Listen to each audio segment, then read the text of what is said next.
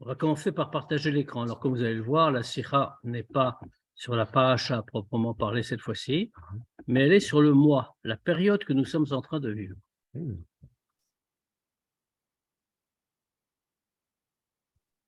Donc, Rosh Chodesh Tevet ou Tamid Echad Mimei Chanukah. On voit que Rosh Chodesh Tevet est tombe toujours un des jours de Chanukah. Oui, mais c'est toujours au minimum un jour de Chanukah. Kolel, Rosh HaChodesh, et Kol Yemei HaChodesh,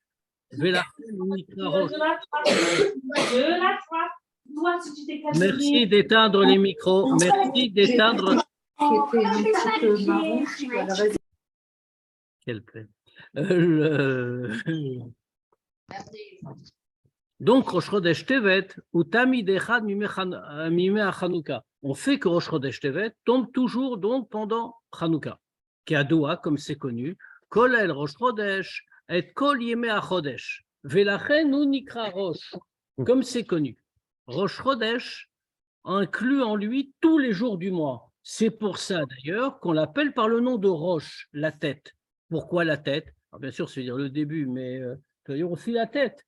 Pourquoi la tête du mois? Qui Rosh, Mashvauto Apshuta, à Kolel et Kol Yemei HaChodesh, parce que c'est comme la tête, donc au sens premier. Au sens premier, la tête enferme toutes les forces, toutes les capacités de tous les membres. De la même manière, la tête du mois enferme toutes les qualités de tous les jours du mois. Velachen Mouvan, Shekol Yemei Chodesh Tevet, Aklulim Berosh Chodesh, Kshurim LeChanukah. Donc, puisque Rosh Chodesh tombe pendant Chanukah, on est donc obligé de dire que tous les jours du mois de Tevet ont un rapport avec Chanukah, même une fois que Chanukah est passé, puisque malgré tout, c'est que quelques jours de Tevet. Vechen, Bechodesh Tevet, Yesh Shnei Yamim Yuchadim. De la même manière, on observe que pendant le mois de Tevet, il y a 2 jours particuliers. Il y a Tzom HaSereh HaSarah Tevet, il y a d'abord le jeûne du 10 Tevet, Veyom Haïloula, c'est mardi prochain au passage, Veyom Haïloula Shel Admor HaZaken Chavdalet Tevet. Et il y a un deuxième jour spécifique dans le mois de Tevet, c'est la Hiloula du Admor HaZaken, qui est le 24 Tevet. Vekevan, She'amim Elu Hem Kvuim Bachodesh, puisque ces 2 jours sont fixés dans le mois. מסתברת שיש קשר בין ימים אלו לבין מהותו של חודש טבת בכלל. Donc c'est très logique de dire qu'en réalité il y a un lien particulier entre ces 2 jours et l'essence du mois. כמדובר מספר פעמים, comme on a déjà expliqué. Donc il faut comprendre tout ça, bien sûr.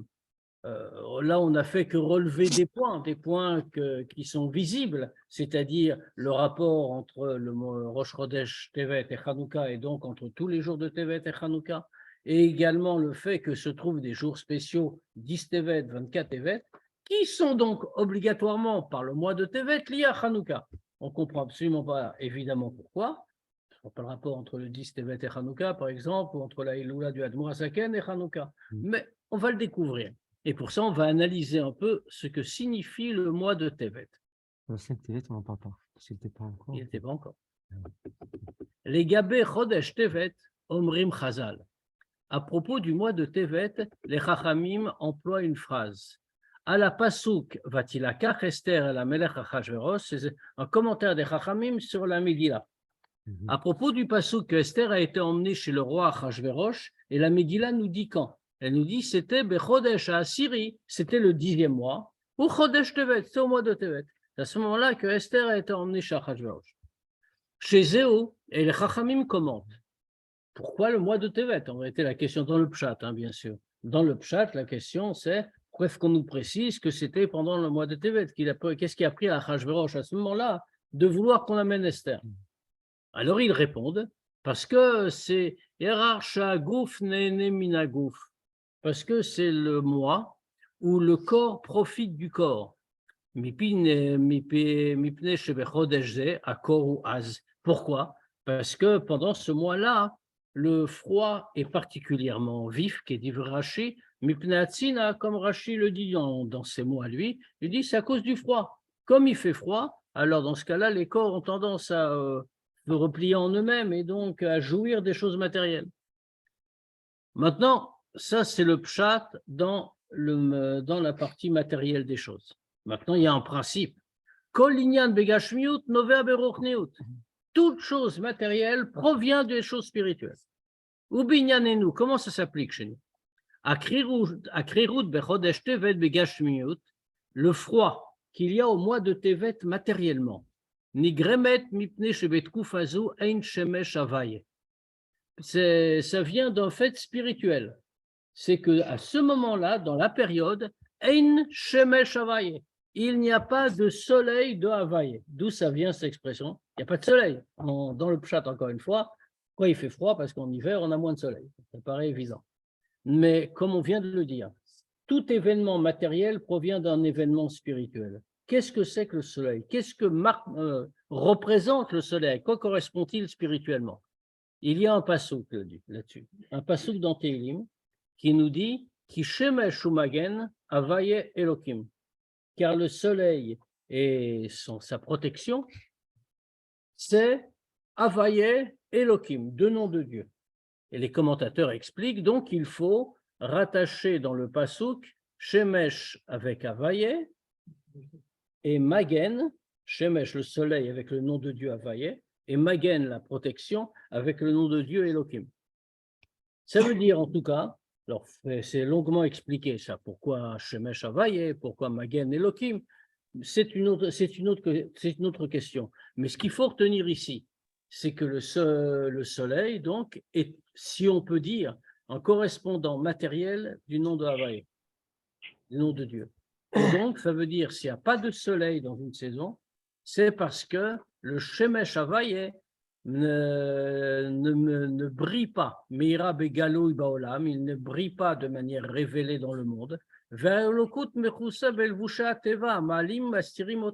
C'est-à-dire que la divinité est cachée dans la nature et la nature ne permet pas de la voir, elle se dissimule à l'intérieur.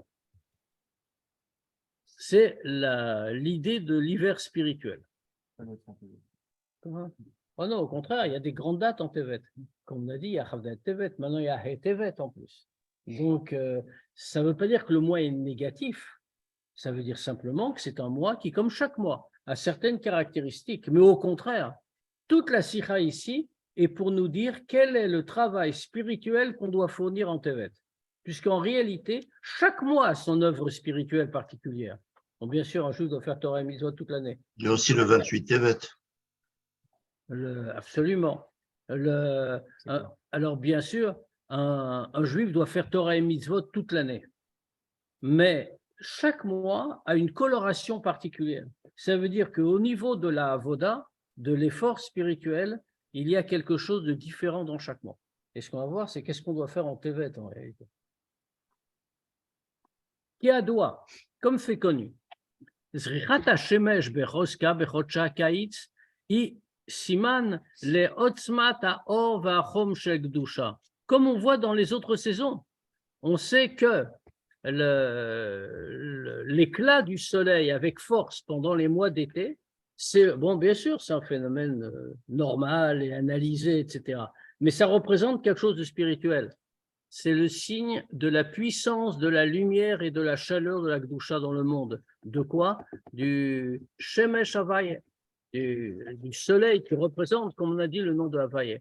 Amashpeimaz ala olam. À ce moment-là, pourquoi c'est très apparent en été?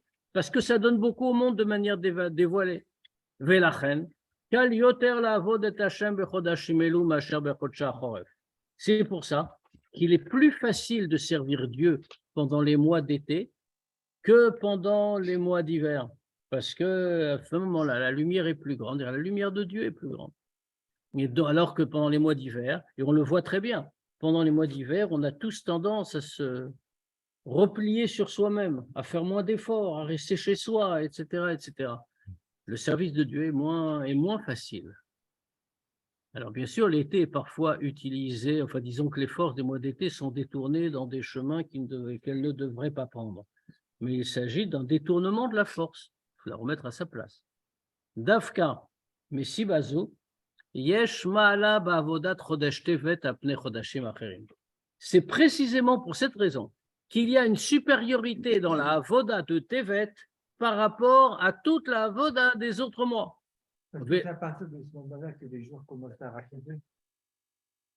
C'est pas attaché, on n'est pas en train de parler de ça, c'est un autre sujet, ça.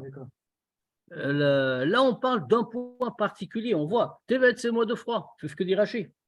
Chodesh, les Chachamim le disent, et Rashi le commande. Chodesh Agouf Nene Minagouf, il ne nous parle pas de la longueur des jours.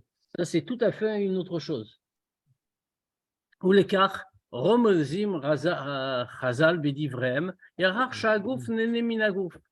La raison, donc on va voir que pour cette raison justement, il y a une qualité particulière de l'effort spirituel à faire en Tevet par rapport à tous les autres mois. Et c'est pour ça que les Chachamim y font allusion en disant c'est le mois où le corps jouit du corps. Vareish veisha, Mashallah Kadosh Baruch Hu, Knesset Israël. De quoi on parle? Quand on dit que le corps jouit du corps, ils le disent à propos de l'union entre Esther et Achashverosh. Quand Achashverosh donc fait venir Esther dans son palais, c'est en Tevet, nous précise la Megillah, et de là les Chachamim sortent ce principe-là. Ça représente quelque chose. Pourquoi? Parce que l'homme et la femme représentent matériellement la relation qu'il y a entre Akadosh Baruch Hu et Knesset Israël, entre Dieu et le peuple juif. Shavodat Israël b'chodesh shebo yesh sina ba'olam goremet ana lemala. C'est-à-dire que la voda, que l'effort spirituel des Juifs pendant le mois où il fait froid dans le monde, ça apporte une ana, ça apporte un plaisir en haut, exactement comme l'idée de Agouf Nene Minagouf. Kol inyan baTorah ou medouyak bioter. Toute chose dans la Torah est très précise. Umouvan, sha'adiuk belashon sha'agouf nene minagouf matim le pirouche apnimi shelel. Tout dans la Torah est très précis. On ne peut pas dire, par exemple, comme on aurait pu le faire ici, voilà, les Chachamim ont dit ça, mais ils ont dit ça sur le rapport entre un homme et une femme. Maintenant, on veut en tirer quelque chose au niveau symbolique, etc., etc. Mais bon, ce n'est pas vraiment dans les mots. Alors, Rabbi vient nous dire non, ça c'est faux. Comme c'est un texte de la Torah qui le dit, les Chachamim, la Torah est très précise. Très précise. Et donc, chaque mot qu'elle emploie est très précis. Quand la Torah nous dit que c'est Agouf Nene Minagouf, le corps jouit du corps dans cette période, ça signifie que ça correspond parfaitement à l'explication profonde qu'on a dite.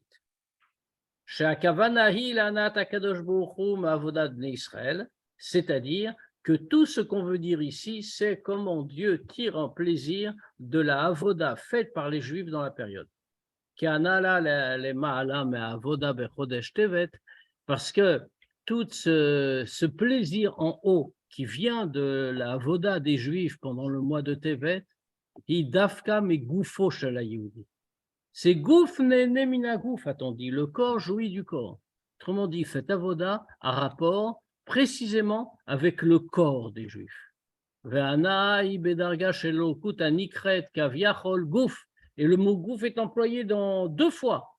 Le gouf jouit du gouf, le corps jouit du corps. Quand on voit, dans le pshat, c'est Esther et Achashverosh une fois de plus. Mais puisqu'on a dit qu'on le comprend au sens spirituel et que c'est parfaitement précis, c'est-à-dire que la avoda qui est attendue au mois de Tevet, c'est une avoda qui vient du corps du juif, et le plaisir qui est ressenti par Dieu, c'est un degré de Dieu qui est appelé, si on peut dire, gouf, qui est appelé aussi un corps. On va comprendre, bien sûr, on ne va pas le prendre au sens strict, il n'y a pas de corps par définition chez Dieu, mais on va expliquer ce que ça signifie.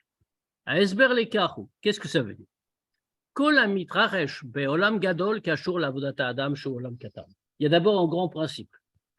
Tout ce qui se passe dans le monde et dans le grand monde, dans l'univers, et y compris dans les mondes spirituels, est lié à la avoda de l'homme. Pourquoi? Parce qu'il y a Olam Gadol, qui est le monde en général, et il y a Olam Katan, le petit monde. L'homme est appelé un petit monde. Or, Dieu a placé le monde en nous. C'est-à-dire que c'est ce que nous faisons qui influence le monde. Chodshei Kaïtz, les mois d'été, Kacher Shemesh Havaye Meira Begaloui Baolam. Quand le Shemesh Havaye, quand le soleil de Dieu, si on peut dire, éclaire dévoilé dans le monde. Hem Beikar Tkufa Shel Avodat Neshama. C'est essentiellement une avoda de la Neshama. Betkufazu Ein Guf Mastir Kolkar et Or Neshama. Dans cette période où la Gdusha est plus grande, la Gdusha révélée est plus grande, alors le corps ne cache pas tellement la lumière de la Neshama. Velachen, Yachol Yehudi ou Bemeila Tsarich, la Sok Binyane Aneshama. Et donc, de ce fait, puisque tout ça n'est pas caché, le corps ne cache pas tellement la lumière de la Neshama, comme on vient de dire. Tout juif peut, et puisqu'il peut, il en a l'obligation, il peut se consacrer aux choses de la Neshama. Bofan Yachush Begiloui et Or Aneshama, de telle manière qu'il va ressentir de manière révélée la lumière de la Neshama. Omnam, mais toutefois. Pour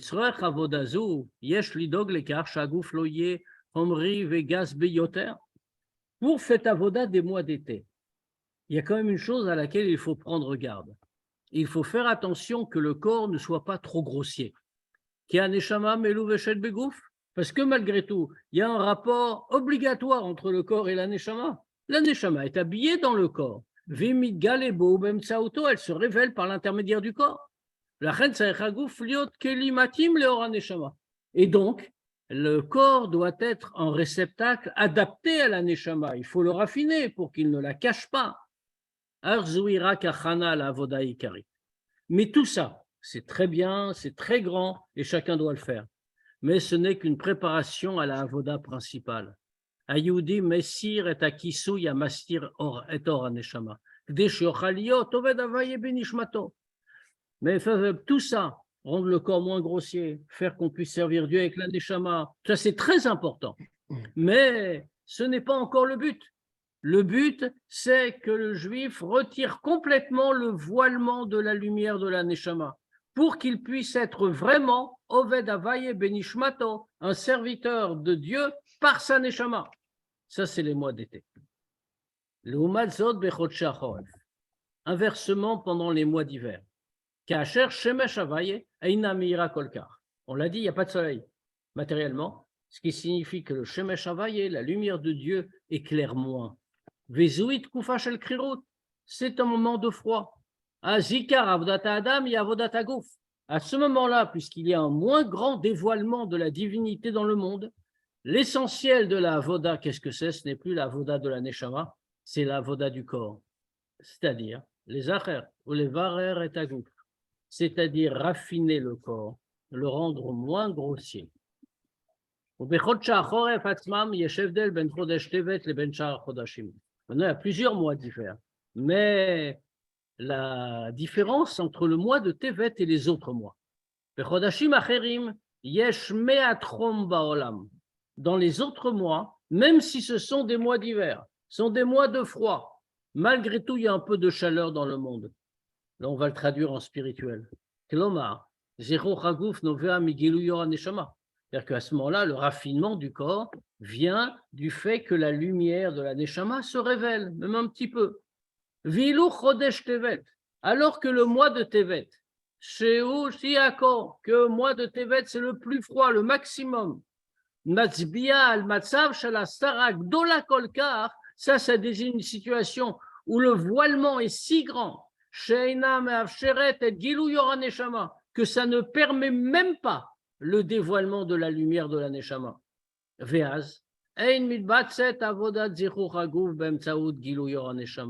Et dans ce cas-là, la avoda de raffinement du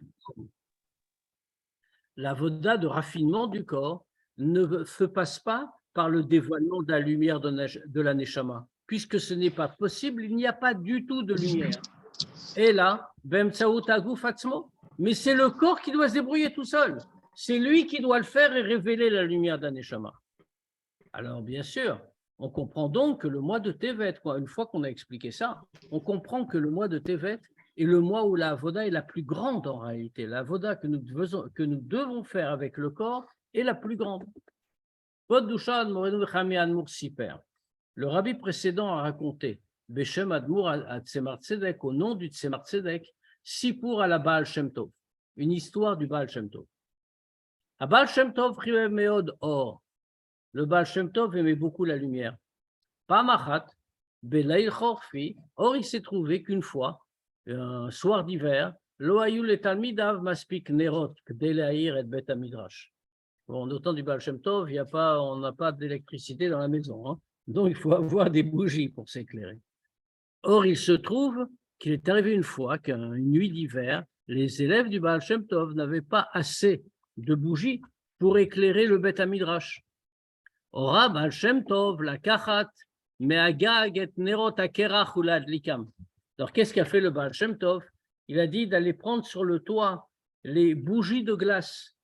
Il y avait des longs, il faisait très froid, on est en Pologne, en Russie, voilà, stalactites, voilà, d'aller casser quelques-unes de ces stalactites de glace, si on peut dire, et il appelait ça, c'est des bougies de glace, la forme de bougies, et de les allumer. Et les disciples du Baal Shem Tov avaient confiance dans leur maître, pas posé de questions. Ils ont été chercher ces morceaux de glace et ils les ont allumés. Vem dans le coup, ils se sont allumés. Et il y a eu de la lumière comme ça dans le Beth Midrash. Ve'amar al-kach ha-Tzemar Tzedek. Là-dessus, le Tzemar Tzedek a dit Etzel Chassidé ve'talmidé morenu à Baal Shem Tov, chez les disciples, les chassidim du Baal Shem Tov, Afilou nerot shel kerar dalku ve'yu. Chez eux, dit le Tzemar Tzedek en commentant l'histoire, même des nérotes, même des bougies de glace, on peut être allumé et éclairé. À Baal Shem Tov, era en dehors du miracle en soi, bien sûr, comme le miracle du Baal Shem Tov, etc. Mais ça veut dire quelque chose de spirituel. À Baal Shem Tov, era ketzad yicholim nerot shel kerar be'atzmam. Le Baal Shem Tov a montré comment des bougies de glace elles-mêmes, qui sont l'opposé absolu de la lumière et de la chaleur. Comment elles peuvent, comment elles peuvent être transformées en lumière et en chaleur. Le Baal Shem Tov n'a pas fait un miracle pour les transformer en bougies de cire, par exemple. C'était des morceaux de glace qui avaient que la forme de bougie. Et là, dalku torg de yotam kerach. Mais elles se sont allumées et ont éclairé en tant que glace. Et la glace elle-même est devenue quelque chose qui éclaire. C'est une histoire vraiment. Oui, c'est une vraie histoire. Oh, oui, absolument. L'histoire est connue. Mais il y a plein d'autres histoires sur le avec le Baal Shem Tov, hein, qui étaient très familiers des miracles prodigieux. Quoique même en yiddish, une expression comme ça, quand on voit une chose prodigieuse ou qu'on raconte une chose prodigieuse, on dit ça, Baal Shem Skemaïse. C'est une histoire du Baal Shem Tov. Parce que ça ne veut pas dire que c'est pas vrai, ça veut dire au contraire, c'est tellement extraordinaire que on ne peut pas comprendre comment ça s'est passé. Vikar beinyaneno. Pareil à notre sujet. Tsarich lafor et kriut agouf. Et ça, c'est une leçon pour nous. Il faut transformer la froideur du corps, vechoshro et son obscurité, l'igdusha, il faut les transformer tout ça en sainteté, mitzad agouf atzmo, pas en y apportant la lumière de la neshama, la lumière venue d'ailleurs, mais par le corps lui-même. Et pas se contenter de raffiner la grossièreté du corps par la lumière de la neshama. Alors bien sûr, il y a encore à comprendre quel chemin on va suivre. Comment est-ce qu'on peut transformer comme ça le corps? Ça semble complètement très compliqué. C'est pour le coup, c'est vraiment une histoire du Baal Shem Tov. Les afro, megas vechumri, les gouf kadosh begaloui, le transformer d'un élément grossier, épais, en un corps sain de façon visible. Mitzada, et comment? Pas par une intervention de la neshama ou de force spirituelle, mais mitzada gufniut atzma, par l'aspect corporel lui-même qui fait ça. Velo be'emtsaut neshama, et pas du tout par l'intermédiaire de la lumière de la neshama. Aesber l'écart. C'est quoi l'explication? Shadraba, c'est le contraire. Dafka aguf kashur latzmoto shlakadosh baruch hu. En réalité, quand on regarde le corps et la neshama d'un juif, nous, bien sûr, on a tous l'habitude de penser que la Neshama est parfaite, c'est une partie de Dieu, etc., etc. Et que le corps, bon, c'est une création de Dieu, c'est pas pareil. Et donc la Neshama, on a tendance à dire qu'elle lui est supérieure. Tout ce qui est vrai, mais pas totalement. Si on regarde d'une autre manière, Dafka Agouf Kashur la Tzmuto la Kadosh Baruch Hu. C'est le corps, justement, qui est attaché avec l'essence de Dieu. On parle du corps d'un juif, bien sûr. Aneshama b'mauta kshura leor v'giluy, v'lachen gam ikashrut al elokut al yedei giluyo. La neshama est bien sûr attachée avec Dieu, mais avec quel degré de Dieu? Elle est attachée avec la lumière de Dieu, avec le dévoilement de Dieu. C'est-à-dire qu'elle vient, pardon, son essence est liée avec un dévoilement de la lumière de Dieu. C'est pour ça que son lien avec Dieu, c'est aussi par un dévoilement de lumière. Léoumazot, Begouf Agashmi. Alors que dans le corps matériel, chez la Yehudi, d'un juif, Yeshna Prira Shalatzmuto Yidbarer.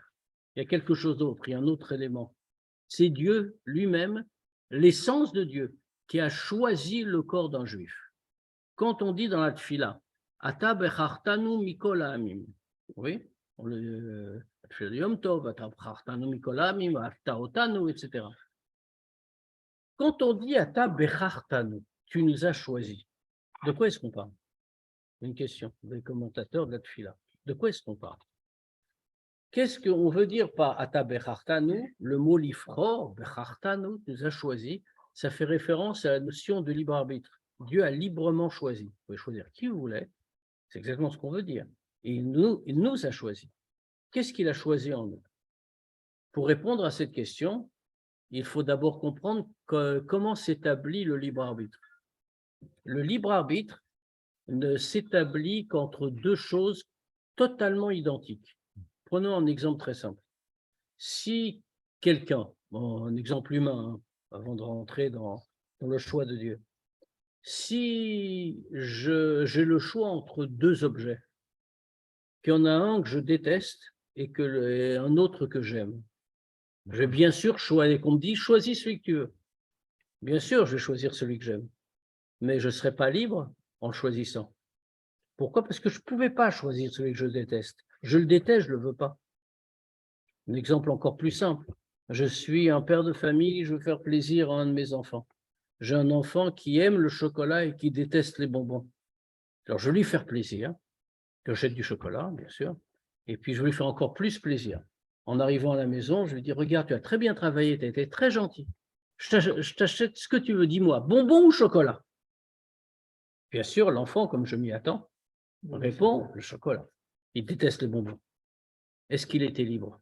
Non, il avait l'illusion de la liberté. La meilleure preuve, c'est que je n'ai même pas acheté le bonbon. Je savais qu'il me répondrait le chocolat.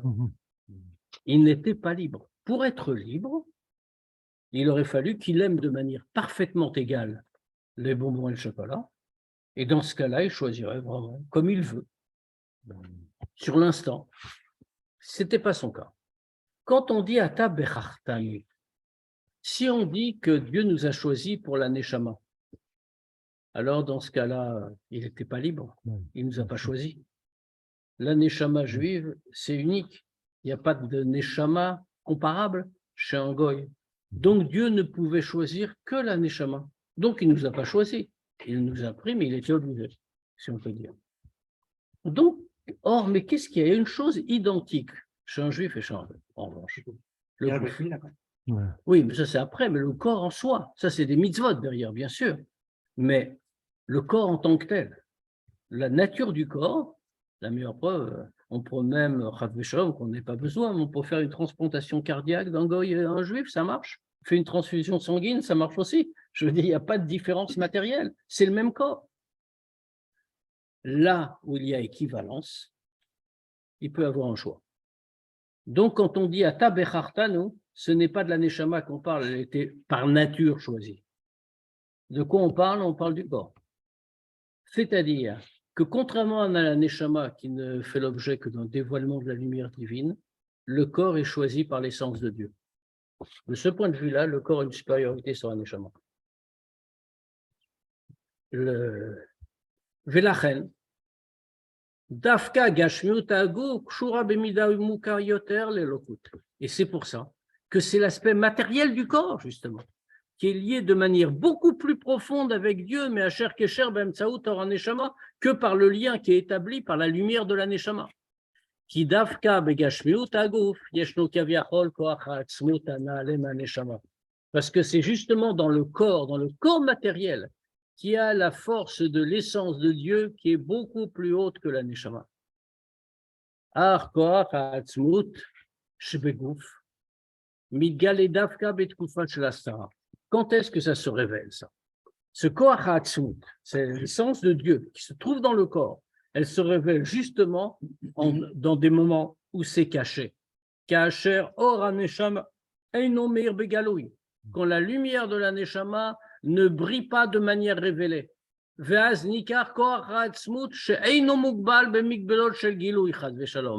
moment-là, on voit Koach HaAtzmut, si on peut dire. On peut envisager ce que ça veut dire la force de l'essence de Dieu, parce qu'elle n'est pas limitée par un gilouï. Quand tout est révélé, l'essence de Dieu peut-elle se révéler? Non, parce que l'essence de Dieu est au-delà de toute limite. Un dévoilement est en soi une limite. Quand on dévoile, ça signifie qu'on n'a pas tout dévoilé. On a dévoilé à la mesure de ce que celui qui reçoit le dévoilement peut supporter. Le degré qui est appelé Atzmut, celui de l'essence de Dieu, donc ne fait pas l'objet d'un dévoilement.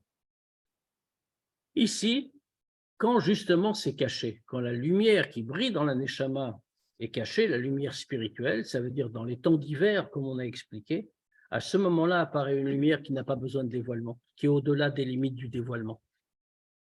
C'est ce que veut dire profondément la phrase des Chachamim. Le corps jouit du corps. Le corps, gouf. Mashmaout shel atzmut. Alors le mot corps, le mot gouf en hébreu, a un autre sens que corps. Il veut dire la chose elle-même. Comme par exemple, l'exemple qu'il donne ici, gouf et halachot. Ça, c'est les halachot elles-mêmes, on nous dit. Et pour dire le mot fef halachot elle-même, on dit gouf et halachot. C'est-à-dire que le mot gouf veut dire le mot essence. C'est l'essence des halachot. Ou comme on dit dans un autre domaine, goufa de malka, l'essence du roi. On emploie le mot gouf. Ana shel etzem elokut eina nigremet al yedei asarat ha'elem.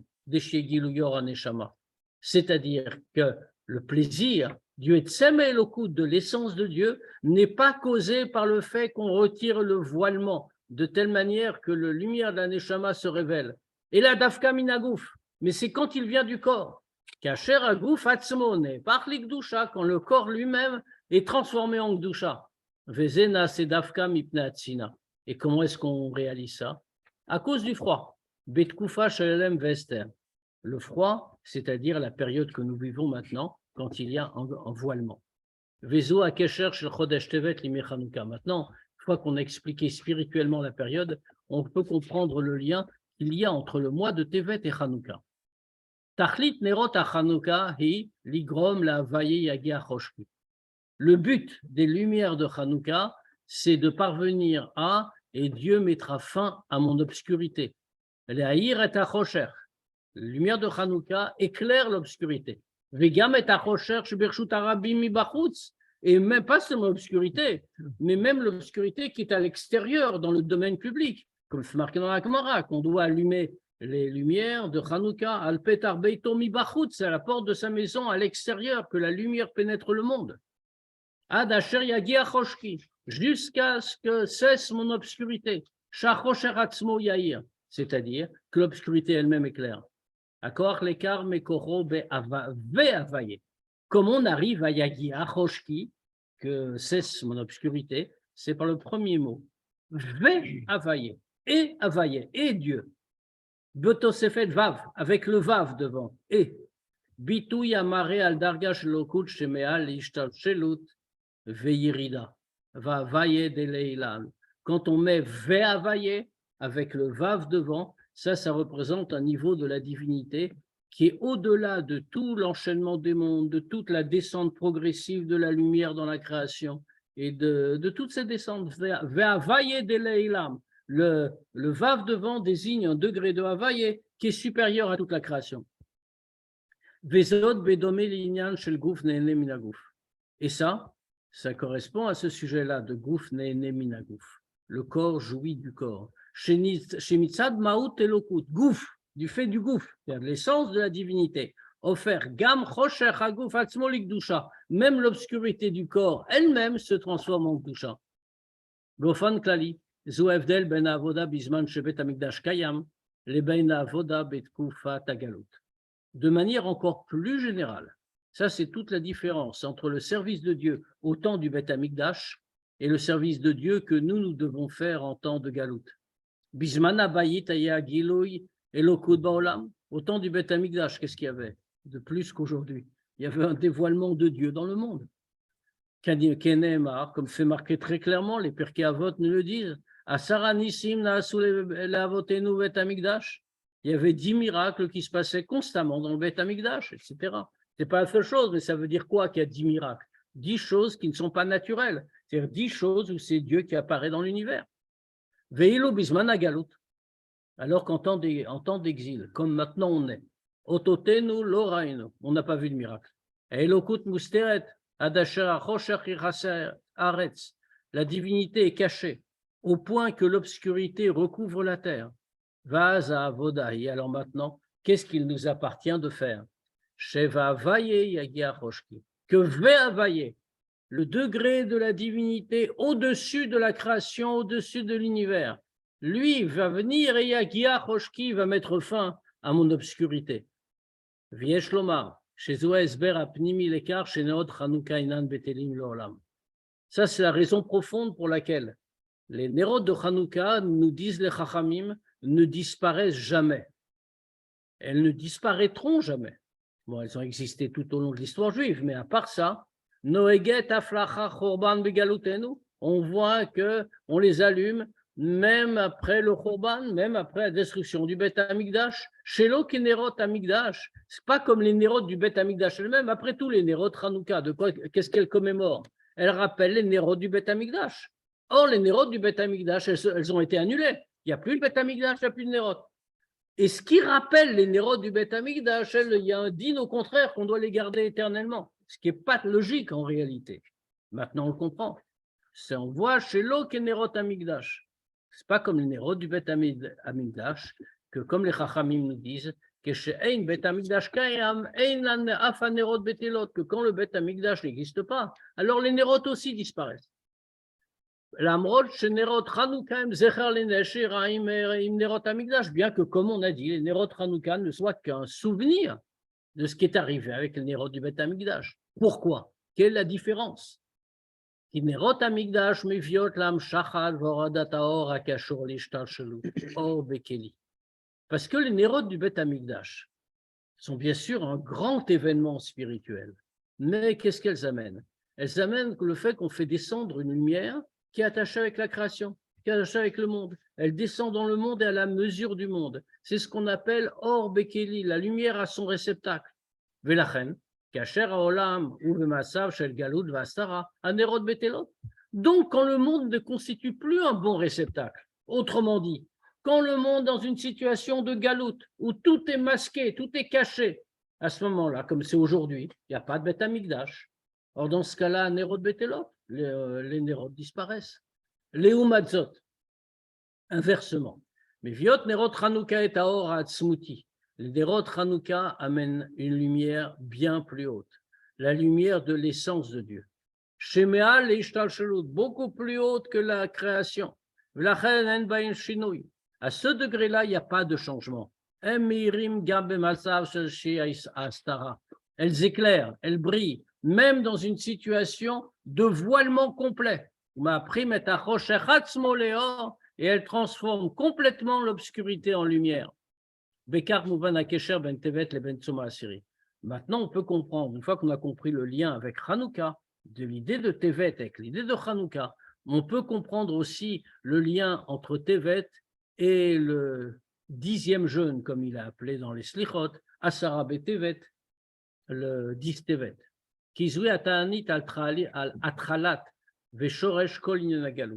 On sait que le jeûne du 10 Tevet est un jeûne très grave en réalité, que comme les Chachamim nous enseignent que s'il était tombé Shabbat, On aurait même dû jeûner Shabbat, comme Yom Kippour. Et il ne tombe jamais Shabbat. Hein. Non. Oui, les Chachamim, à cause de ça, les Chachamim, quand ils ont fait le calendrier, ont fait en sorte que le 10 Tevet ne puisse jamais tomber Shabbat. Sinon, on aurait dû jeûner. Les autres sont reportés. Shabbat peut tomber Shabbat, Yudzaïn Tammuz aussi. Et dans ce cas-là, même Tanit Esther, ça peut tomber Shabbat. Mais dans ce cas-là, on les repousse au lendemain. Ici, on ne peut pas tomber Shabbat, comme on a dit, parce que sinon on aurait dû le respecter. Pourquoi c'est un jeûne si grave et si important? Parce qu'il est le début et la source de toute la galoute. C'est commémore le début du siège de Yerushalayim par Nabucodonosor. Donc, en vérité, c'est la première étape, toute la suite. Ensuite, on va arriver à Yudzaïn Tammuz, après on va arriver à Shabbat, mais c'est la suite de ce qui arrive le 10 Tevet. Et c'est plus court. C'est plus court. D'un D'un point de vue concret, c'est mieux. C'est même pas 10 heures. Oui, bien sûr. Oui, c'est de 7h du matin à 17h. 18 heures. Bédomé, les Krirout Shel Chodesh Tevet. Ça veut dire que ça, c'est le 10 Tevet qui a le début de toute la galoute. Ce qui correspond à la froidure qui règne pendant le mois de Tevet. Fish Bepashtut Garam Matzor al Yerushalayim, comme très au sens simple, que ça a causé le siège de Jérusalem. Chez Itril Basara Betevet, qui a commencé le 10 Tevet, lui, il a été la cause de tout le Khurban, toute la destruction qu'il y a eu ensuite. Vinyan Atsom ou Avodat Tshuva. Qu'est-ce que c'est un tzom? Pourquoi est-ce qu'on jeûne en réalité? Le Rambam le dit. Hein. Il dit pourquoi il y a des jeûnes? Pourquoi les Chachamim ont instauré des jeûnes pour des dates comme ça? Bon, je ne parle pas de Yom Kippour, c'est différent. Mais c'est une fête, exactement, c'est pas du tout pareil. Mais pour tous les jeûnes qui ont été fixés ensuite, en plus, Yom Kippour, ça n'a pas été instauré par les Chachamim, c'est la Torah. Mais tous ces autres jeûnes qui ont été instaurés au fil de l'histoire, Rambam nous dit, ça c'est Midarka Tshuva. Parce qu'un jour de jeûne, ce n'est pas le fait de ne pas manger. Bon, bien sûr, il ne faut pas manger, il ne faut pas boire. Mais l'idée n'est pas simplement de ne pas manger et de ne pas boire. L'idée est de faire Tshuva. Et donc, il y en a où il y a Avodat Tshuva. À la Khurban Vagalut. Ici, le 10 Tevet. Le jeûne, c'est la Tshuva sur la destruction du Beth Amikdash et la Galout. Ad Shatzom Atzmo, jusqu'à ce que le jeûne lui-même, Yaper les Sasson ou Simcha al Moed Tov, jusqu'à ce que, toujours selon le mot du Rambam, le jeûne lui-même va être transformé en jour de joie et d'allégresse et en jour de fête. Il y a un Krirut Kayam Gam Bekochot Hanefesh. Cette idée, donc, on voit qu'il y a vraiment un lien aussi avec le mois de Tevet. C'est le froid, c'est quelque chose de négatif, mais on en fait quelque chose de positif. Cette idée du froid, Kayam Gam Bekochot Hanefesh, même dans les différentes forces constitutives de l'âme, il y a une idée de froid. Zeu Asechel Enoshi, ça c'est l'intelligence humaine, l'intellect humain. Kepidgam Ayadoua, comme c'est connu la formule, Ein davar kar ke sechel tivi ve'egion enoshi. Il n'y a pas de chose plus froide que l'intellect naturel et la logique humaine. Gilouï Torah Chassidut Chabad al-Yedei Admour Hazaken, le dévoilement de Chassidut Chabad par le Admour Hazaken, Miaset Chassidut Chabad, qui a fondé Chassidut Chabad. Evi l'oradat inyan emuna ve'sechel enoshi le kelim amusagim al-Yedei Adam. Ça a permis de faire descendre toutes ces idées de Emouna et d'intellect humain dans les réceptacles qui sont compréhensibles par l'homme. Au point qu'au travers de l'étude de la Chassidoute, même l'intellect humain peut comprendre des idées relatives à la divinité. Et quand l'intellect naturel, l'intellect de chacun, comprend la divinité. Lui qui était un organe parfaitement froid et logique, alors il est pénétré de la chaleur de la compréhension de la divinité, et c'est une vraie triat ametim, c'est une vraie résurrection des morts. Vezu Akesher Ben Yom Hailula shel Admor Hazaken. Et ça, c'est le rapport entre le jour de la Hailula du Admor Hazaken. Yom Shebo Kol Ma'asav Vetorato Va'avodato Asher Avad Kol Yemei Chayav Nimtsaim Beshia Shlemut. Puisqu'on sait que quand un tzaddik termine sa vie dans ce monde, il le fait parce qu'il a terminé sa mission, il a terminé sa fonction dans ce monde. Il a accompli son travail. Maintenant, sa neshama doit partir plus haut. À ce moment-là, ça veut dire quoi? Que puisque la définition d'un tzaddik, c'est qu'il n'a pas raté le moindre aspect de sa mission. Il a tout accompli. Ça veut dire que le jour où il quitte ce monde, il est au plus haut de toute sa vie. Ce n'est pas qu'il y a eu une dégradation, il est véritablement au plus haut puisqu'il a tout accompli. Alors à ce moment-là, on comprend le rapport qu'il y a entre le jour où le Admor Hazaken a quitté ce monde et le mois de Tevet. Aliédé Maasav Vetorato, par ses actions, ses enseignements, Vavodato et son travail, chez l'Admor Hazaken, Nigram, ça a fait tout ce qu'a accompli le Admor Hazaken. Ça a causé chez Mipne Atsina, que du fait de la froideur, mais du froid, du cerveau froid qui ne ressent pas. Le cerveau n'est pas là pour ressentir, c'est le cœur qui ressent. Le cerveau pense. De la même, ça va produire une situation où le gouf est né, le corps va jouir, c'est-à-dire Ana vechamimut shel gdusha, le gouf, comme on l'a dit, l'essence de Dieu, c'est-à-dire le plaisir et la chaleur de la gdusha. Bien entendu, on peut poser quelques questions. On dit que le tzaddik, il est parti de ce monde, donc il réussit à Gdusha parce que c'est la fin de sa mission.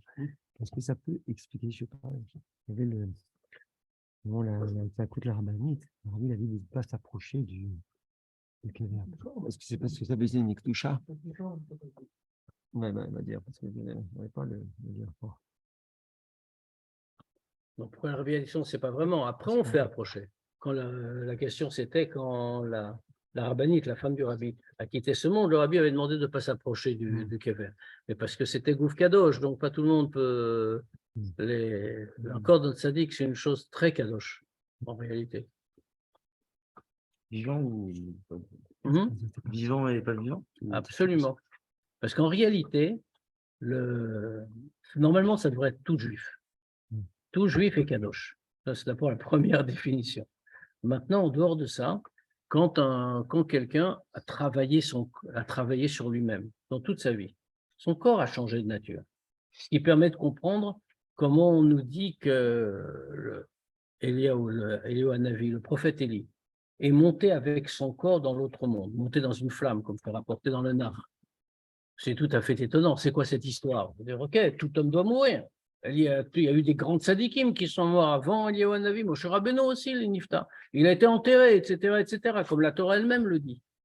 Mais ce qu'Eliyahu Hanavi a accompli une certaine avoda qui a fait que son corps était si raffiné qu'il pouvait ne pas rester en bas, qu'il pouvait remonter et aller dans les mondes spirituels. Il est rapporté à propos du Baal Shem Tov, que Baal Shem Tov une fois a dit que s'il avait voulu, il serait monté au ciel avec son corps comme Eliyahu Hanavi. Mais il a demandé à Dieu de ne pas le faire, parce qu'il a dit, il est écrit Ve'el afar tashuv, et tu retourneras à la poussière. Et donc, il voulait accomplir ce qui est marqué dans la Torah, de retourner à la poussière. Mais normalement, c'est le travail de chaque juif. Si nous faisions notre travail, on n'est ni le Baal Shem Tov, ni Moshe Rabbeinu, ni Eliyahu Hanavi. Mais si nous accomplissions notre travail comme on doit le faire, notre corps serait de la même façon complètement kadosh. Puisqu'en réalité, chez un juif, le matériel et le spirituel sont liés. C'est-à-dire, c'était tout le fond de la sikha. Le matériel et le spirituel ne sont pas des domaines séparés. Il y a la neshama d'un côté, et puis de l'autre côté, il y a le corps, on fait ce qu'on peut. Non, ce n'est pas ça. Le corps doit être raffiné. Et au contraire, comme on l'a vu, il porte en lui une force encore beaucoup plus grande que celle de la neshama.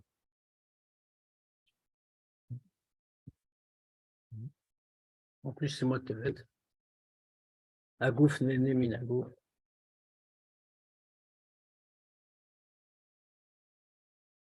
S'il n'y a plus de questions, On se dit Shabbat Shalom Shabbat Shalom. et on se voit lundi pour Tania. Shabbat Shalom. Shabbat Shalom. C'est On n'a pas l'habitude de faire quelque chose. Ah, ben, Shabbos.